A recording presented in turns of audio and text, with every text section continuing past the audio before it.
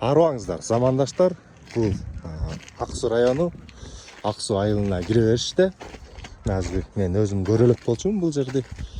Өтүп баратып эле көрүп абдан кубанып аткан кезим.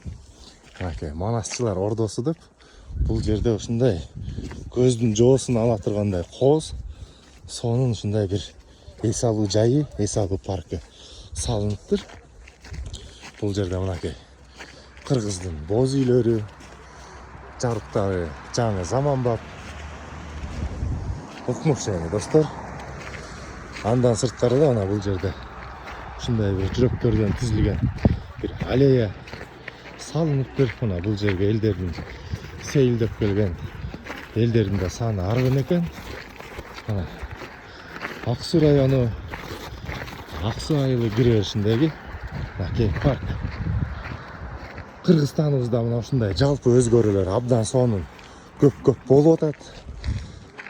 Биздин ажообуз Садыр Нуркожоевичке терең ыраазычылык билдиребиз. Ушундай өнүгүүлөрдү көрө билип, жакшы сөз айтып койгон дагы абдан жакшы.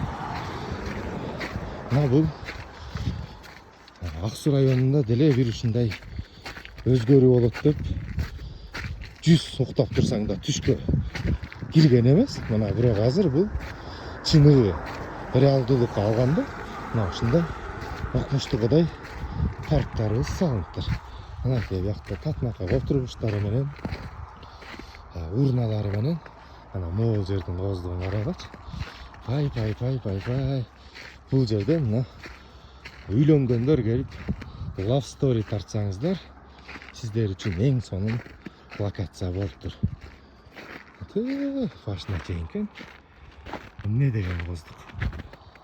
Кеч болуп кеткендиктен мындай кооздук бар экенин деле билген эмесмин.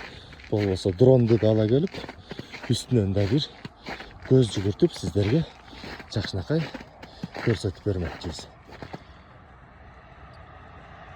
Мынакей достор, жалпы Кыргызстаныбыз өнүгүү жолунда деп айтсак, эч жаңылышпайбыз. Каракол лайк менен бирге болуңуздар.